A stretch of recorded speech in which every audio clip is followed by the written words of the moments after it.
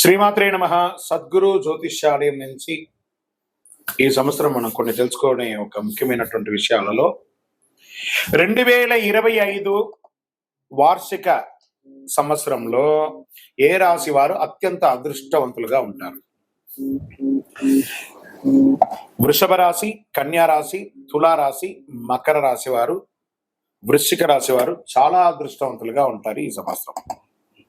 2025 తులాలో జన్మించిన వారు తమ జీవితంలో అనేక రంగాల్లో అద్భుతమైన ఫలితాలు చూస్తారు.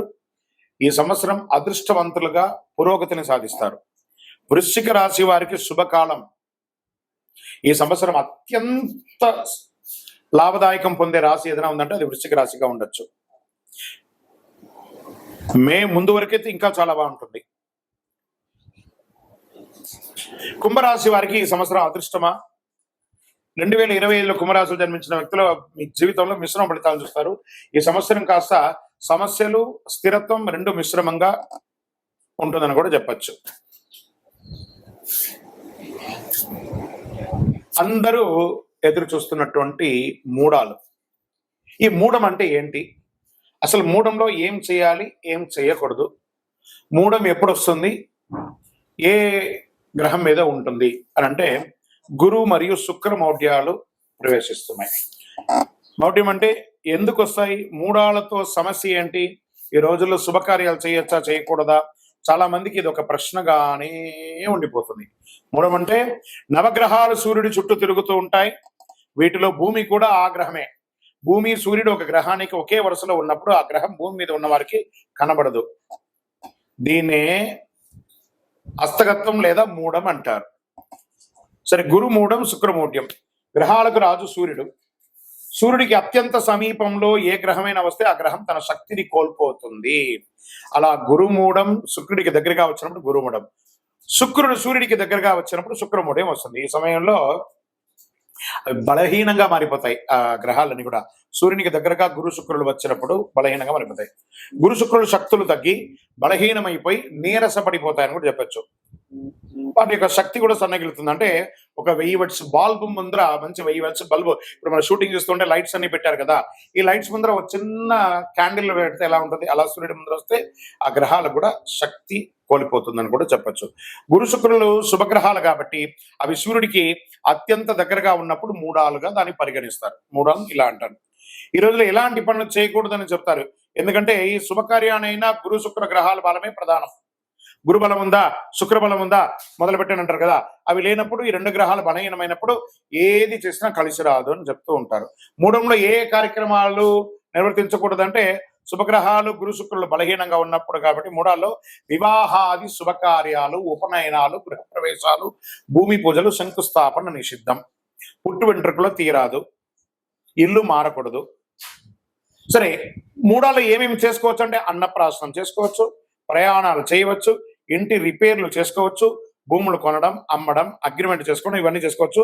నూతన ఉద్యోగాల్లో కూడా చేరవచ్చు, విదేశాల్లో ఉద్యోగం కోసం వెళ్ళొచ్చు, నూతన వాహనాలు కొనవచ్చు, నూతన వస్త్రాలు కూడా కొనుక్కోవచ్చు, ఇవన్నీ చేసుకోవచ్చు. సరే, మూఢ కాలంలో శుభకార్యాలు చేస్తే ఏమవుతుంది? ఏమైనా తప్పు జరుగుతుందా? మహర్షులు జ్యోతిషాస్త్ర రీతిగా పండితులను అనుభవస్తులు చెప్పిన దాని ప్రకారం మూఢం సమయంలో ఏదైనా శుభకార్యం చేసినా అశుభం వినాల్సి రావస్తుంది, కష్టం కలగవచ్చు, నష్టం వాటిల్లవచ్చు. అందుకే మూడాల సమయంలో శుభకార్యాలు చేయకండి అని అన్నారు. గురు శుక్ర మౌఢ్యమి దశలో ప్రవేశిస్తున్న ఈ రాశిపై ప్రతికూల ప్రభావాలు అధిగమించడానికి నివారణ కూడా మనం చేసుకోవచ్చు. రెండు శుభగ్రహాలు తమ శక్తిని కోల్పోతుంది కాబట్టి వివిధ రాశులపై, మన యొక్క 12 రాశులు ఉంటాయి కదా, ప్రభావాలు చెప్తున్నాయి. జ్యోతిష్ శాస్త్ర ప్రకారం ఒక గ్రహం సూర్యుడికి దగ్గరగా ఉన్నప్పుడు ఇది జరుగుతుంది కాబట్టి ఆ రాశులు ఎవరు, ఆ నక్షత్రాలు ఎవరు మనం చూద్దాం. గురు మరియు శుక్రమౌఢ్యం కలిసినప్పుడు 7 రాశులకి 7 నక్షత్రాల వారికి ప్రధానంగా అశుభకరం కాబోతుంది. ప్రతికూల ప్రభావాలు ఎవరు రాశి నక్షత్రాలు ఎక్కువ ఎదుర్కొంటున్నారని చూస్తే మేషరాశి వారు, వృషభ రాశి వారు, మిథున రాశి వారు, కర్కాటక రాశి వారు, తులా, ధనుసు, మీన రాశి వారు కాస్త ఇబ్బంది పడే అవకాశాలు ఉన్నాయి. మరి నక్షత్రాల్లో పూర్వ పల్గుని నక్షత్రం పుబ్బ, ఉత్తరాషాఢ నక్షత్రం, కృతికా నక్షత్రం, అనురాధ నక్షత్రం, ఇవన్నీ కూడా కొంచెం ఇబ్బంది పడే అవకాశాలు ఉన్నాయి. మరియు శుక్రవారాల్లో పుట్టినటువంటి వారు వీరికి కొంచెం ఇబ్బంది పడే అవకాశాలు ఉన్నాయి. నక్షత్రంపై మరియు శుక్రమౌఢ్యమి ప్రభావం ఎలా ఉంటుంది? వేద జ్యోతిషశాస్త్రంలో మౌఢ్య లగ్నం తిథి సూచిస్తుంది. ఇక్కడ ఒక గ్రహం సూర్యుడికి దగ్గరగా ఉండడం వల్ల రాబోయే గురు మరియు శుక్రమౌఢ్యమి ఒక ముఖ్యమైనటువంటి ఖగోళ సంఘటనను సూచిస్తుంది. కొన్ని దేశాలలో అనర్థాలు జరిగే అవకాశాలు ఎక్కువ కూడా ఉన్నాయి. గురుమౌఢ్యమి సమయంలో జ్ఞానం విస్తరణ మరియు దయ యొక్క గ్రహమైన బృహస్పతి అతి శక్తిని కోల్పోతుంటాడు. ఈ జ్ఞాన ఆధ్యాత్మిక మరియు వృద్ధికి సంబంధించిన విషయాలు ప్రభావితం చేస్తుంది. కాబట్టి ఈ పర్టికులర్ రాశి వాళ్ళు, చదువుకునే వాళ్ళు కానీ, విద్యార్థులు కానీ చాలా శ్రమ పడాల్సి ఉంటుంది. బృహస్పతి యొక్క సానుకూల ప్రభావాలతో తాత్కాలిక తగ్గుముఖం ఉంటుంది.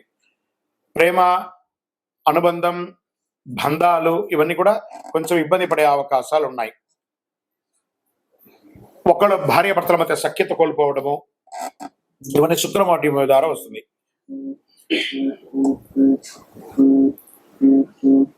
వృషభ రాశిలో గురుమౌఢ్యమి సమయంలో బృహస్పతి యొక్క సానుకూల ప్రభావాలు బాగా తగ్గుతుంది. ఆస్తులు కొనడం, అమ్మడం, కొత్త పని ప్రారంభిస్తారు. వివాహ నిశ్చితార్థాలు, గృహప్రవేశాలు, కొత్త వ్యాపారాలు ప్రారంభిస్తారు. కొంత గురుమౌఢ్యంలో కొన్ని రాశులు, మిగతా రాశుల వారికి లాభం అని చెప్పారు చూసారా, బృహస్పతి ప్రభావం కూడా ఉంటుంది. రాహుకేతు మరియు శని మరియు కుజుడు వంటి సహదుష్ట గ్రహాల ఆధిపత్యం చలాయించి గరిష్ట స్థాయిలో ఫలితాన్ని ఇస్తారు ఈ యొక్క దీంట్లో. కాబట్టి కొంచెం జాగ్రత్తగా ఉండాలని కూడా చెప్పడం జరుగుతుంది. గురుమౌఢ్యమి, శుక్రమౌఢ్యంలో చేయవలసినవి, చేయకూడనివి. మరి ఏ డేట్లలో వస్తున్నాయి అని అనుకుంటే, గురుమౌఢ్యమి 2025 స్వస్తి చాంద్రమాన విశ్వావసునామ సంవత్సర ఉత్తరాయణం, గ్రీష్మ ఋతువు, జ్యేష్ఠమాసం శుక్లపక్షం జూన్ 10 పౌర్ణమి, మంగళవారం రాత్రి 2:17 నుండి ఆషాఢ మాసం 2025 శుక్లత్రయోదశి జూలై 8 మంగళవారం మధ్యాహ్నం 3:18 వరకు ఉంటుంది. మరియు శుక్రమౌఢ్యమి ఎప్పుడు వస్తుంది అని అనుకుంటే 2025 శుక్రమౌఢ్యమి 2 సార్లు వస్తుంది. చూడండి, స్వస్తి చాంద్రమాన శ్రీ క్రోధినామ సంవత్సర పాల్గొన మాసం మార్చి 18 మంగళవారం ఉదయం 7:15 ప్రారంభమయ్యి, పాల్గొన మాసం శశిర ఋతువు ఉత్తరాయణం మార్చి 28 శుక్రవారం వరకు ఉదయం 6:30 వరకు ఈ శుక్రమౌఢ్యమి ఉంటుంది. శుక్రమౌఢ్యమి స్వస్తి చాంద్రమాన విశ్వావసునామ సంవత్సర దక్షిణాయనం హేమంత ఋతువు మార్గశిర మాసం శుక్ల దశమి ఆదివారం నవంబర్ 30 మధ్యాహ్నం 1:58 ప్రారంభమయ్యి, శుక్రమౌఢ్యమి 2026 సంవత్సరం ఉత్తరాయణం మాఘమాసం కృష్ణ ఏకాదశి ఫిబ్రవరి 13 శుక్రవారం రోజున ముగిస్తుంది.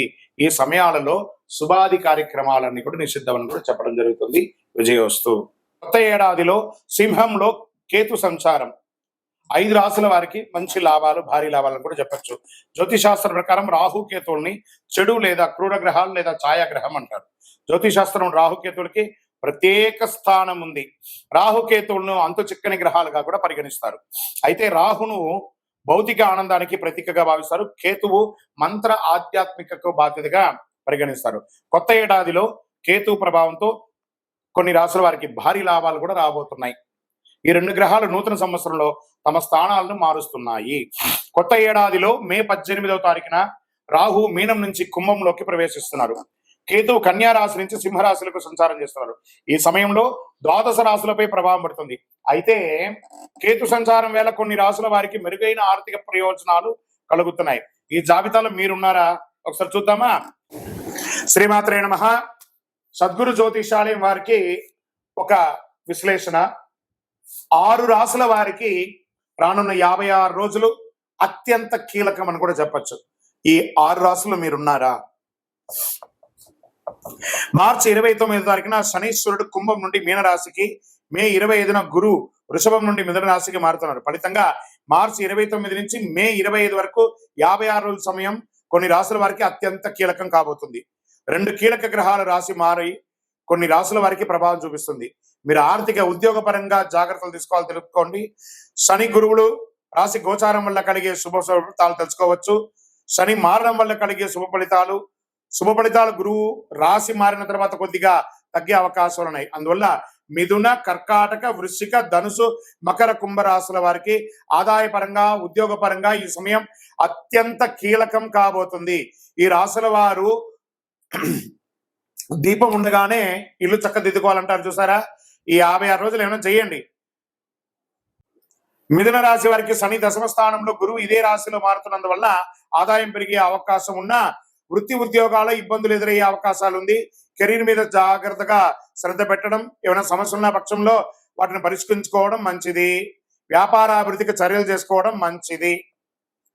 మరి కర్కాటక రాశి వారు, ఈ రాశిలో శని మార్పు వల్ల అష్టమ శని దోషం తొలగిపోతుంది. అయితే ఈ రాశి వారికి అత్యంత శుభుడు ధనకారకుడైన గురువు వ్యయస్థానంలో ప్రవేశించడం వల్ల చేతిలో డబ్బులు మిగిలే అవకాశం ఉండదు.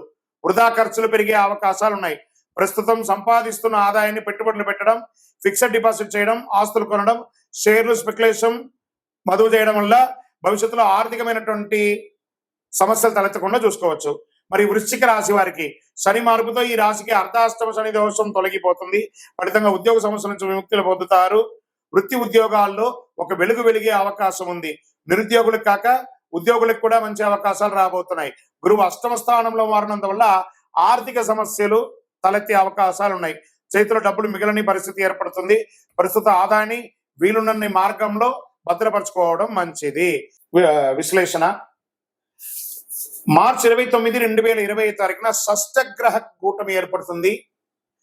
గురుగారు దీని గురించి చాలా చెప్తున్నారు, దీనివల్ల ఏమైనా అపార్థాలు జరుగుతాయా లేదా ప్రళయం జరుగుతుందా అని అందరూ నా దగ్గర ప్రశ్నిస్తున్నారు. ప్రళయం జరుగుతుందా కాదో తెలియదు, కానీ మీరు ప్రళయంలో పడకండి. ఫస్ట్ మీరు అన్నీ చూసి రకరకాల ప్రశ్నలతో మీరు సతమతం అవుతున్నారు. అలా అవ్వకండి, రిలాక్స్ గా ఉండండి. ఏమవుతుందో దీన్ని చాలా క్షుణ్ణంగా విశ్లేషించి నేను మీ ముందుకు వచ్చాను. గతంలో 2019 డిసెంబర్ 20వ షష్టగ్రహ కూటమి ఏర్పడింది. ఆ తర్వాత కరోనా మహమ్మారి విజృంభించి విలయతాండవం చేసింది. ఇక ఇప్పుడు మళ్ళీ 2025 మార్చి 29 షష్టగ్రహ కూటమి ఏర్పడుతుంది. షష్టగ్రహ కూటమి ఎఫెక్ట్ ఏమైనా ఉంటుందంటే ప్రళయం వస్తుంది అని అంటున్నారు. నమ్మకండి, అది అబద్ధం. ప్రళయం ఏం రాదు. ఇబ్బందులు వస్తూ ఉంటాయి. ఏమంటే జ్వరం వచ్చిందంటే పారాసెటమాల్ వేసుకొని శరీరం అంతా వీక్నెస్ కదా, అలా కొంచెం కొంచెం ఇబ్బందులు వస్తాయి, కానీ ప్రళయం అయితే రాదు. చాలా మందికి ఒక అపోహ, హెచ్ఎంపివి వైరస్ విజృంభిస్తుందా? నో. ప్రభుత్వం చక్కటి దానికి కావాల్సినటువంటి ఏర్పాట్లన్నీ చేస్తున్నారు. అలాంటి ఏ భయం పెట్టుకోకండి. అయితే ఈసారి కూడా గతంలో షష్టగ్రహ కూటమి ఏర్పడినప్పుడు కరోనా మహమ్మారి విజృంభించినట్టు ఈ హెచ్ఎంవిపి వైరస్ విజృంభిస్తుందా అన్న ఆందోళన పలువురిలో వ్యక్తం అవుతుంది. కాబట్టి ఈసారి ఏర్పడే షష్టగ్రహ కూటమి అంత ప్రభావవంతమైన కూటమి కాదు అని విశ్లేషకులు, గురువులు అన్ని గ్రహాలను దృష్టిలో పెట్టుకొని చెప్పడం జరుగుతుంది. దీనివల్ల తీవ్ర పరిణామాలు ఎదుర్కొనే అవకాశం లేదని జ్యోతిష్ శాస్త్ర నిపుణులు మల్టిపుల్, ఒకరు కాదండి, అందరూ చెప్తున్నారు. 6 గ్రహాలు మీనరాశిలో సంచారం. గత ఏడాది అక్టోబర్ 23వ రాహు మీనరాశిలోకి ప్రవేశించి సంచారం చేస్తున్నాడు. జనవరి 28వ శుక్రుడు మీనరాశిలోకి ప్రవేశించాడు. ఇక ఫిబ్రవరి 28వ బుధుడు మీనరాశిలోకి మార్చవుతున్నాడు. మార్చి 15వ రవి మీనరాశిలోకి వస్తున్నాడు. మార్చి 28న చంద్రుడు మీనరాశిలోకి వస్తున్నాడు. మార్చి 20వ శనిదేవుడు మీనరాశిలోకి వచ్చేస్తున్నాడు.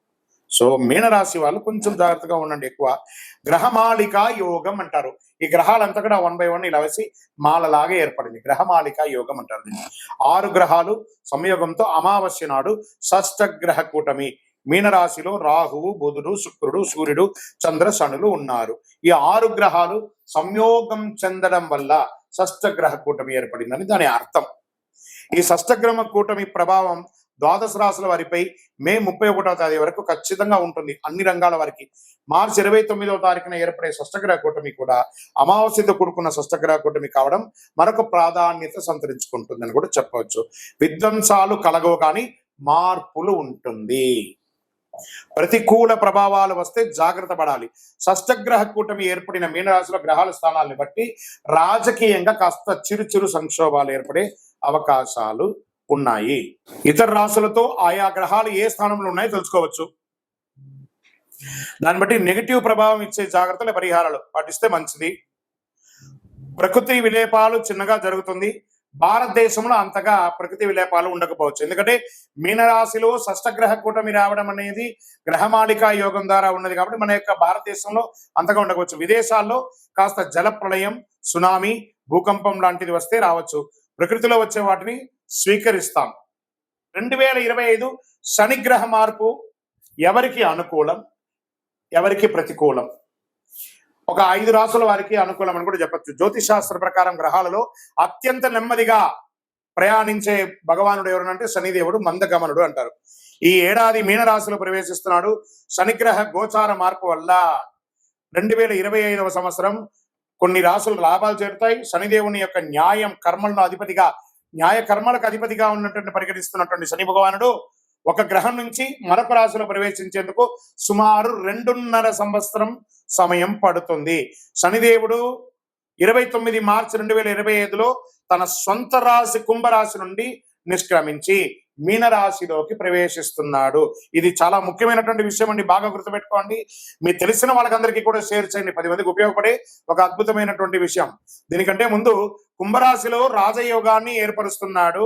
జ్యోతిష్ శాస్త్ర ప్రకారం రాజయోగం మహాపురుష రాజయోగం శుభప్రదంగా పరిగణించబడుతుంది. లగ్నం లేదా చంద్రుడి నుంచి మొదటి 4, 7 లేదా 10వ స్థానంలో శని తుల మకర లేదా కుంభరాశిలో ఉన్నప్పుడు శని రాజయోగం ఏర్పడుతుంది. 2.5 ఏళ్ల పాటు కొన్ని రాశులకు కష్ట నష్టాల నుంచి విముక్తి కలిగిస్తున్నారు. ఈ మార్పు వల్ల ఏళ్నాడు శని, అష్టమ శని, అర్ధాష్టమ శని, సప్తమ శని, కంఠ శని దోషాల నుంచి విముక్తి పొందుతున్నారు. ఈ మార్పు వృషభ, కర్కాటక, తుల, వృశ్చిక, మకర రాశుల వారు లాభపడుతున్నారు. ఈ రాశుల వారికి ఆదాయ వృద్ధి, ఆరోగ్యం, ఉద్యోగంలో పురోగతి ఉంటుంది. ఈ శని స్థానం మారడం వల్ల వృషభ రాశి వారికి శని లాభస్థానంలోకి వస్తుండడం వల్ల 2.5 ఏళ్ల పాటు జీవితంలో శుభ పరిణామాలు చేకూరుతాయి. అలాగే తులరాశి వారికి అనుకూలం. ఇప్పటి వరకు 5వ స్థానంలో సంచారం చేసిన శనీశ్వరుడు 6వ స్థానమైన మీనరాశిలోకి మారడం వల్ల ఉద్యోగంలోనూ వృత్తి వ్యాపారాల్లోనూ తక్కువ శ్రమతో ఎక్కువ లాభం పొందే అవకాశాలు ఉన్నాయి. మరి వృశ్చిక రాశి వారికి శని 5వ స్థానంలో మారడంతో అర్ధాష్టమ శని విముక్తి లభిస్తుంది. దీంతో ఆదాయ మార్గాలు విస్తరిస్తాయి, ఆర్థిక సమస్యలు చాలా వరకు పరిష్కారాలు అవుతాయి. మకర రాశి వారికి ఈ స్థాన మార్పుతో శుభం కలుగుతుంది. ఇంతకాలం ద్వితీయ స్థానంలో సంచారం చేస్తున్న శని 3వ స్థానానికి మారడం వల్ల ఈ రాశి వారికి 7.5 కాలం పట్టినటువంటి 7.5 సంవత్సరాలు 7.5 అనే శని నుంచి విముక్తి పొందుతున్నారు. మరి ఈ 2025వ సంవత్సరంలో శని ఎవరికి ప్రతికూలంగా ఉన్నాడు? అనుకూలమైనటువంటి రాశులు చూసాం కదా. ఇప్పుడు ప్రతికూలంగా ఎవరికి ఉన్నారు? ఈ శని గ్రహం వల్ల ఈ రాశుల వారికి 2025వ సంవత్సరంలో శని దోషం, బంగారం పట్టుకున్న బూడిదయ్యే అవకాశాలు కొంత ఉన్నాయి. ఇలా అంటున్నారు ఏంటి గురుగారు అంటే, జాగ్రత్త పడవలసిందే, తప్పకుండా జాగ్రత్త పడుతుంది. మార్చి 29వ తారీఖున శనీశ్వరుడు కుంభరాశి నుంచి మీనరాశిలోకి మారడం వల్ల శని మీనరాశి సంచారం వల్ల 6 రాశుల వారికి శని దోషం ప్రారంభమవుతుంది. ఏళ్నాటి శని, అష్టమ శని, సప్తమ శని, అర్ధాష్టమ శని అంటే శని దోషాల వల్ల మేష, సింహ, కన్యా, ధనుసు, కుంభ, మీన రాశి వారికి జాగ్రత్తగా ఉండాలి.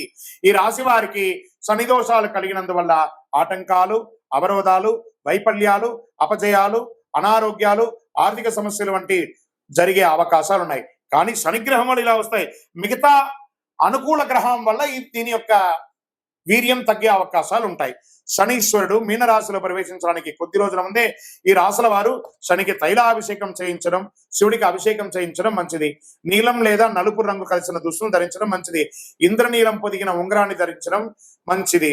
అన్నిటికంటే శని భగవానునికి అధిపతి అయినటువంటి ఈ కరుంగాలిమాలను ధరించడం మంచిది. ఎందుకంటే జమ్మి చెట్టు శని భగవానునిక చెట్టు. ఈ యొక్క కరుంగాలిమాలను ధరించడం మంచిది. శనిదాసం బాగా తగ్గిపోయే అవకాశాలు కూడా ఉంటాయి. శని మీనరాశిలో 2.5 ఏళ్ల పాటు కొనసాగుతాడు.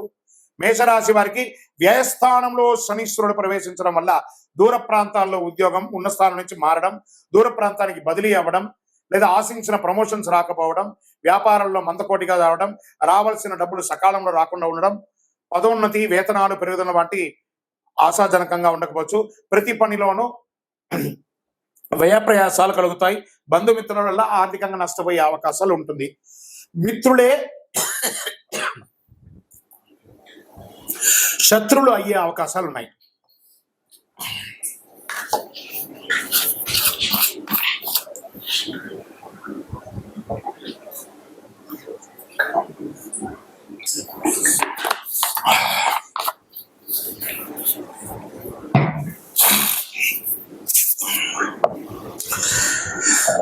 సింహరాశి వారికి శని మీనరాశి ప్రవేశంతో అష్టమ శని ప్రారంభమవుతుంది. దీనివల్ల ప్రతి పని ఆలస్యమే అవుతుంది. కుటుంబంలో ఊహించని సమస్యలు తలెత్తుతాయి. రావాల్సిన డబ్బులు ఒక పట్టాన చేతికి రాదు. ఆర్థిక వ్యవహారాలు, ఆర్థిక లావాదేవీలు నష్టాలు కలుగుతాయి. ఉద్యోగంలో శ్రమాధిక్యంగా ఉంటుంది. వృత్తి వ్యాపారాలు మందగిస్తాయి.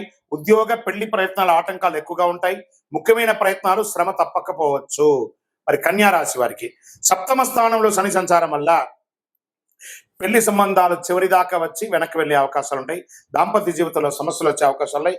సంతాన సాఫల్యం కొంచెం నిరాశాజనకంగా ఉండే అవకాశాలు ఉన్నాయి. పార్ట్నర్షిప్ లేదా భాగస్వామి ద్వారా సమస్యలు తలెత్తే అవకాశాలు ఉన్నాయి. వ్యాపారాల్లో విభేదాలు వచ్చే అవకాశాలు ఉన్నాయి. శ్రమ ఎక్కువ, ఫలితం తక్కువ. వృత్తి జీవితంలో విరామం లేకుండా పరిగెడుతూ ఉంటారు. శని మార్పు వల్ల ధనుసుకి చతుర్థ స్థానంలో శని ప్రవేశించడం వల్ల అర్ధాష్టమ శని దోషం కలుగుతుంది. దీనివల్ల ఆస్తిపాస్తులకు సంబంధించిన సమస్యలు తలెత్తే అవకాశాలు ఉన్నాయి. గృహ వాహన ప్రయత్నాలకు బ్రేకులు పడతాయి. తల్లి ఆరోగ్యం ఇబ్బంది పడుతుంది. కుటుంబంలో సుఖ సంతోషాలు తగ్గుతాయి. ఉద్యోగంలో ప్రాధాన్యత తగ్గే అవకాశాలు ఉంటుంది. ఆదాయ ప్రయత్నాలు ఆటంకాలు కలుగుతాయి. అనారోగ్య సమస్యలు కలిగే అవకాశాలు ఉన్నాయి. కష్టార్జితం వృధా కాకుండా చూసుకోండి. మరి కుంభరాశి వారికి 3వ దశ ఏళ్నాడు శని దోషం ప్రారంభం అవుతుంది. దీనివల్ల ఆర్థిక సమస్యలు కలుగుతాయి. రావాల్సిన డబ్బు ఒక పట్టాన చేతికి రాదు. ధనాదాయం బాగా తగ్గుతుంది. డబ్బు తీసుకున్న ఇచ్చిన 10 పరిష్కారాలు కావడానికి చాలా కాలం పడుతుంది. కుటుంబంలో అన్నదమ్ముల మధ్య అక్కచెల్లెల మధ్య చికాకులు తలెత్తుతాయి. శుభ కార్యక్రమాలకి ఆటంకాలు ఏర్పడతాయి. వృత్తి వ్యాపారంలో లాభాలు తగ్గే అవకాశాలు, శ్రమ ఎక్కువ కలిగే అవకాశాలు ఉన్నట్టుగా కనబడుతుంది. మరి మీనరాశి వారికి శని వల్ల శని ప్రవేశంతో 2వ దశ ఏళ్నాడు శని ప్రారంభం అవుతుంది. కొద్దిగా అనారోగ్యం పీడిస్తుంది. ఉద్యోగంలో ప్రభావం చూపుతుంది. వృత్తి వ్యాపారంలో సమస్యలు వచ్చే అవకాశం ఉన్నాయి. ప్రయాణాల వల్ల నష్టాలు తప్పవు. ఉద్యోగం పెళ్లి ప్రయత్నాలు ఆటంకాలు ఎక్కువ ఉంటాయి. విజయ సాఫల్యం బాగా తగ్గిపోతుంది. ప్రతి పనికి బాగా శ్రమపడాల్సి ఉంటుంది. విపరీతమైనటువంటి ప్రయాణాలు ఉండే అవకాశాలు కనబడుతున్నాయి. వ్యయప్రయాసాలు చాలా ఉన్నాయి. ఆర్థిక లావాదేవీలు పెట్టుకోకండి. స్పెక్యులేషన్, షేర్ మార్కెట్ అసలు ముట్టుకోకండి. విజయోస్తు. ఈ వారాహి కందదీపం, వారాహికి ఈ వారాహి అమ్మవారి యొక్క పూజ ఈ మధ్య చాలా అన్ని చోట ఆశేతి హిమాచలం పెరిగింది చూసారా. 16 శుక్రవారాలు చేస్తున్నారు. ఆ దీపాన్ని ఎలా పెట్టచ్చు అంటే ఆ దీపంలోనే అమ్మవారిని ఆవాహనం చేయవచ్చు. ఫోటో ముందు కానీ విగ్రహం ముందు కానీ ఈ కంద దీపాన్ని పెట్టవచ్చు. కందగడ్డను శుభ్రంగా కడిగి పసుపు కుంకుమతో అలంకారం చేయాలి. కొంచెం ఆ కోసిన చోట కొంచెం దీపం వచ్చేలా కొంచెం గుంత తీసుకొని అందులో నెయ్యి పోసి దీపం పెట్టాలి. కంద దీపం పెట్టిన సమయంలో మామూలు దీపం కాకుండా రెగ్యులర్ దీపం కూడా ఒకటి పెట్టాలి. కంద దీపంతో పాటు నార్మల్ దీపం కూడా ఒకటి పెట్టాలి. అమ్మవారికి ధూపదీప నైవేద్యం సమర్పించాలి. అష్టోత్తరం కానీ సహస్రనామంతో కానీ మూలమంత్ర జపంతో కానీ పూజించుకోవాలి. కంద దీపం పెట్టిన రోజు దుంపలు, తేనె, లడ్డులు ఇలాంటివి నివేదన చేయవచ్చు. కంద దీపం మరుసటి రోజున అదే కందను ప్రసాదంగాను వంట చేసుకొని తినవచ్చు. కంద తినని వారు గోవుకి తినిపించవచ్చు. ఇలా ప్రతి శుక్రవారం రాత్రి చేస్తే మీకు ఉన్న ఆటంకాలన్నీ తొలగిపోయి ఐశ్వర్యం సంకల్పిస్తుంది. ముఖ్యంగా గొడవలు, నిందలు ఇవన్నీ తొలగిపోతాయి. వివాహం కాని వారికి వివాహం త్వరగా అయ్యే అవకాశాలు ఉన్నాయి. ఇల్లు కొనుక్కోవాలన్న వారికి, భూమి కొనుక్కోవాలన్న వారికి వారాహి కదా, అమ్మవారు, ఆ వారాహి అమ్మవారిని ప్రార్థన చేయడం చాలా అద్భుతం కలుగుతుంది. రాత్రిపూట సమయం వరకు ఉపవాసం అవసరం లేదండి. కొంచెం మంది ఉండాలనుకుంటే ఉండొచ్చు, లేని పక్షంలో దీనికి ఉపవాసం ఉండలేదు. ఆ ఒక్కరోజు మాత్రం మధుమాంసాలు తినకుండా దూరంగా ఉంటే మంచిది. సాయంత్రం పూజ మొదలు పెట్టే సమయానికి మళ్ళీ చక్కగా పళ్ళు దమ్ముకొని దంత సేవనంతా చేసుకొని తలస్నానం చేసి పెట్టుకుంటే చాలా మంచిది. మన శరీరంలో దుర్గంధం రాకూడదు. ఈ దీపం వెలిగించినప్పుడు చినిగిన బట్టలు ధరించకూడదు. అసహనం ఏదైనా కూర్చోలేని ఇబ్బంది కలిగే అసహనంగా కూర్చోకూడదు. మంచి ఆసనం వేసుకొని కూర్చోవాలి. పూజ మధ్యలో ఫోన్ లాంటిది వస్తే ఆపి మాట్లాడడం లాంటిది అంతా చేయకూడదు. ప్రదోష కాలం సంధ్యా సమయంలోనే ఈ పూజను చేయాలి అని చెప్పడం చాలా విశేషం. ఎవరైతే ఈ యొక్క వారాహి కంద దీపం వెలిగిస్తారో వాళ్ళ జీవితంలో అద్భుతాన్ని సాధిస్తారు. విజయోస్తు. పులిపంజా చీల్చి కోటీశ్వరులయ్యి కుబేరుడు జీవితకాలం సంపదను కురిపించే రాశులు శని భగవానుడి ద్వారా కొంతమందికి రాబోతుంది.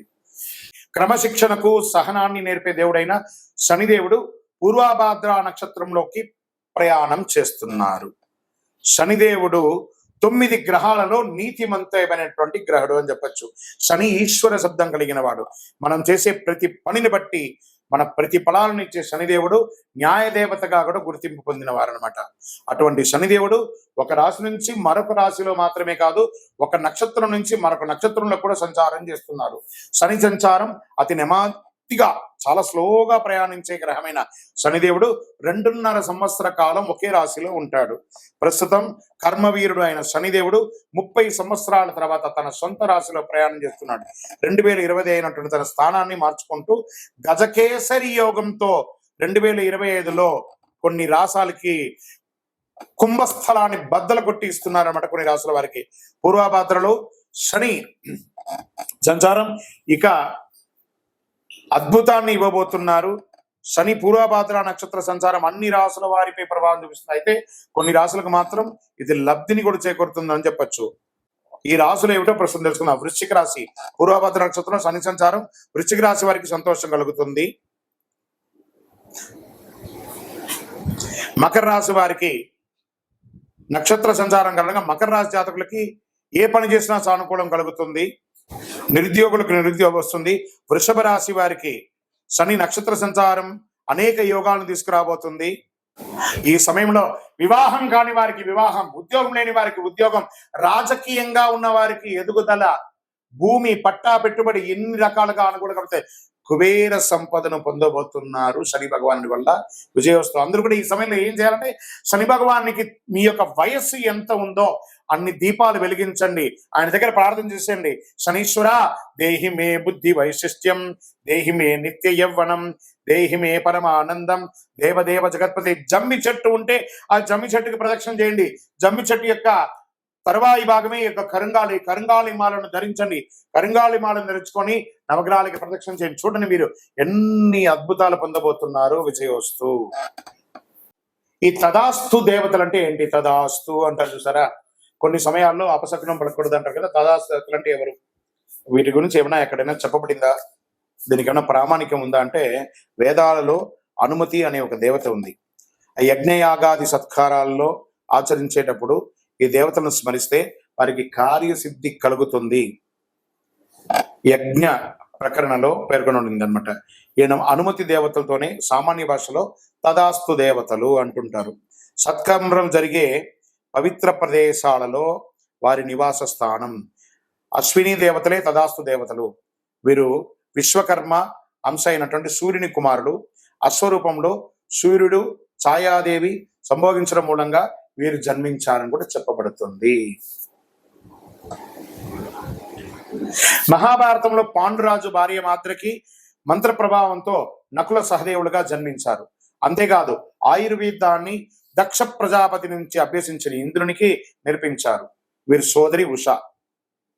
ఆమె ప్రతిరోజు వీరిని బ్రహ్మ ముహూర్తంలో మేల్కొల్పుతుంది. ఆ తర్వాత వారు తమ సోదరి ఉషను ముందు కూర్చోబెట్టుకుని రథాన్ని అధిరోహించడం, తూర్పు నుంచి పడమరకు ప్రయాణం చేయడము పురాణ వర్ణనంగా చెప్పడం జరుగుతుంది. ఏం మాట్లాడినా తదాస్తు దేవతలు అంటుంటారు. జాగ్రత్త అని పెద్దలందరూ కూడా చెప్తుంటారు. బూతులు మాట్లాడకు, చెడు మాట్లాడకు, అపశమనం మాట్లాడకు అంటుంటారు కదా. ఈ యొక్క తదాస్తు దేవతలు అందరూ అక్కడి నుంచి పారిపోతూ ఉంటారట. అలాగని మనం చేస్తే ముఖ్యంగా సంధ్యా సమయంలో ఈ దేవతలు సంచరిస్తారని అంటుంటారు. పదే పదే చెడు మాటలు వ్యక్తం చేస్తే అదే జరుగుతుందట. తదాస్తు అనేది స్వవిషయంలో వివరిస్తుంది. ధర్మానికి విరుద్ధంగా ఉచ్చరించకూడదని మాటలు. పదే పదే అంటే దేవతలు వెంటనే తదాస్తు అంటూ ఉంటారు. వీరిని తదాస్తు దేవతలు అంటుంటారు. సంధ్యా సమయంలో స్వవిషయంలో పలుమార్లు అంటే ఆ దృశ్యాలు సూచించిన దేవతలు తదాస్తు అంటుంటారు. కాబట్టి ఇది అలాగే జరుగుతుంది. కాబట్టి చెడు మాట్లాడకండి, ఎప్పుడు మంచి మాట్లాడండి అని చెప్తూ ఉంటారు. దీనివల్ల ఏమవుతుంది? ఆరోగ్య క్షీణం అవుతుంది, అనారోగ్యం అవుతుంది, దారిద్ర్య చిహ్నంగా ఉండొచ్చు, అవాస్తవాలు పలకడం మంచిది కాదు అంటారు. కాబట్టి సంధ్యా సమయంలో కానీ ప్రాతకాలంలో కానీ చెడు మాట్లాడకూడదు అంటారు. అందుకే తదాస్తు దేవతగా నివసిస్తుంటారు కాబట్టి తదాస్తు ఉంటుంటారు. కాబట్టి చెడు మాట్లాడకండి. విజయోస్తు. జ్యోతిశాస్త్రంలో ఉన్నటువంటి రహస్యాలు మీకు తెలుసా? సూర్యుడు పితృదేవతల్ని దూషిస్తే రవికి కోపమట. సూర్యదేవునికి ఎదురుగా మలమూత్రార్థులు విసర్జించడం, దంతం పళ్ళు దోముకోవడం, ఎంగిలి ఉమ్మడం సూర్యుని చూస్తూ చేయకూడదట. చంద్రగ్రహం, అద్దం పుట్టడానికి చంద్రుడు కారణమట. అందుకే అద్దంలో దిగంబరంగా బట్టలు లేకుండా నిలబడడం, వెక్కిరించడం ఇలాంటి పనులన్నీ చేయకూడదట. దానివల్ల ఆరోగ్య క్షీణం అవుతుంది అంటారు. కుజగ్రహం, అప్పు ఎగ్గొడితే కుజుడికి కోపమట. వ్యవసాయ పరంగా మోసం చేస్తే ఊరుకోడట. కాబట్టి వ్యవసాయదారుల్ని చాలా చక్కగా చూసుకోవాలి. బుధగ్రహం, బుధుడికి చెవిలో వ్రేలు పెట్టి తిప్పుకొనడం, ఇలా పెట్టుకోవడం. మనకు తాళాలు ఉంటాయి చూసారా, స్కూటర్ తాళం, కారు తాళం, లేకపోతే పిన్నీసు, దాన్ని పెట్టుకొని గిక్కోవడం, ఇవన్నీ ఇష్టం ఉండదు బుధగ్రహానికి. అందులో బుధవారం అసలే చేయకూడదు. వ్యాపారాన్ని అశ్రద్ధ చేసిన, జ్ఞానం ఉందని విర్రవీగిన బుధుడికి ఇష్టం ఉండదట.